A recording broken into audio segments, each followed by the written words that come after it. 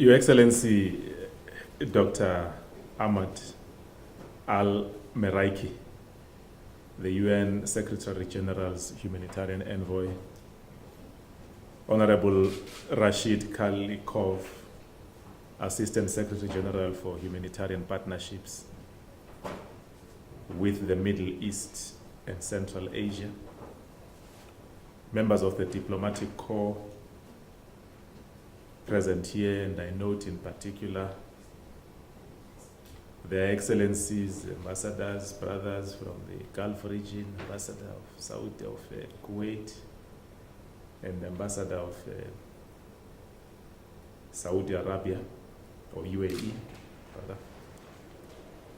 Esteemed participants, ladies and gentlemen, may I, on behalf of the government and people of South Africa, express profoundly our gratitude to the United Nations Office for the Coordination of Humanitarian Affairs and the African Union for bestowing this singular honor on South Africa to chair and host this inaugural meeting of the Drought Core Group, DCG. The DCG inaugural meeting coincides with the centenary celebration of the late iconic President of South Africa, Nelson Mandela, who was in many ways an embodiment of the spirit of humanitarianism. President Mandela was born in July 1918. Had he been alive, he would have been 100 years today, or this year. And in honor of his memory, our government has seen it fit to dedicate the year 2018 as the year of Nelson Mandela. The DCG was born out of the June 2017 high-level partnership mission to some of the countries of the Horn of Africa, namely Ethiopia, Somalia, and Kenya. South Africa was indeed privileged to participate in this mission. In this regard, and in keeping with the principle of Pan-African solidarity that underpins South Africa's foreign policy, we made a humanitarian contribution of 7 million rands to Somalia.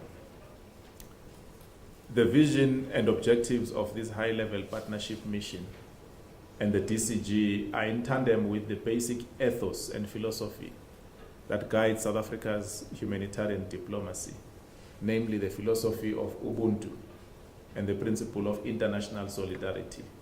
Hence our participation in and our support for this initiative. Ubuntu, the philosophy, or the African philosophy of humanism, has been the bedrock of the democratic South Africa and is reflected in the idea that we affirm our humanity when we show compassion and solidarity to others. Chairperson, we firmly believe in the universality of humanitarianism. In this regard, and in spite of our development challenges, our government, together with the private sector and civil society, has dispensed vital humanitarian support since 1994 to our people, African brethren, and to people in various parts of the world.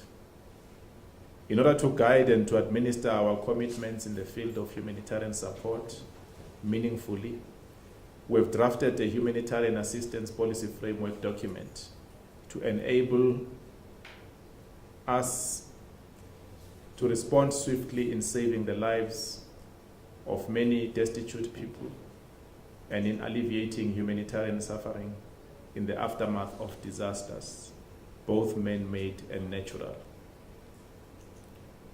We are indeed heartened to note the presence of development partners and financiers who are here with us this morning, joining hands with the humanitarian community in a noble and a common effort to provide humanitarian relief.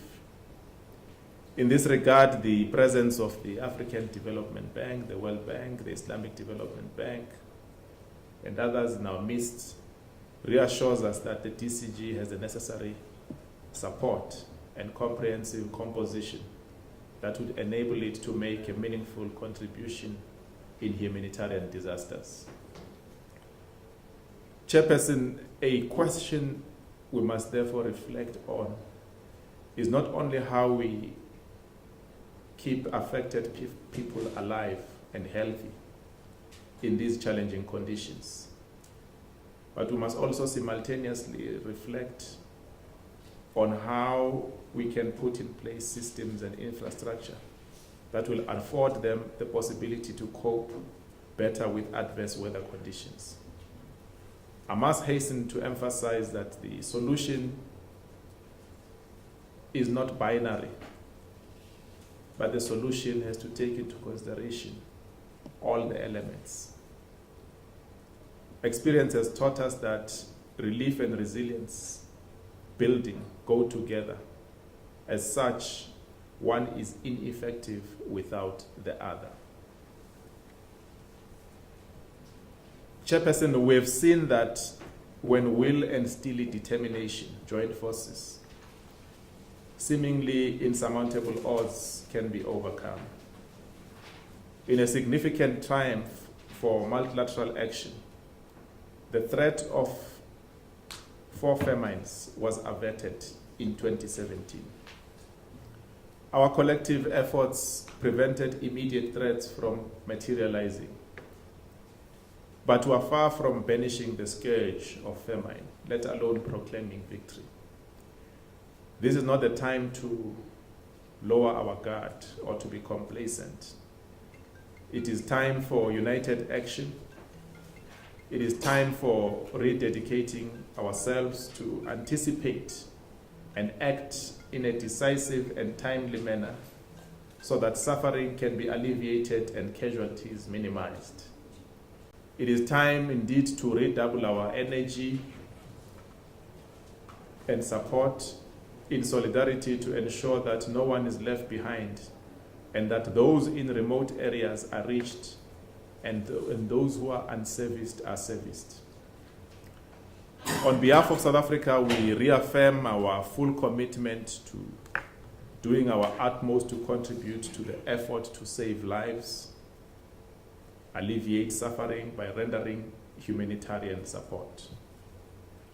In conclusion, I wish to say that I'm supremely confident that in addressing the complex issue of famine, which is a matter of life and death, you will as a group reflect on this issue in all its dimensions and emerge out of this very historic session with a very clear agenda and program of action that charts the way forward, and that indeed can be a significant game changer in this area of work on the African continent.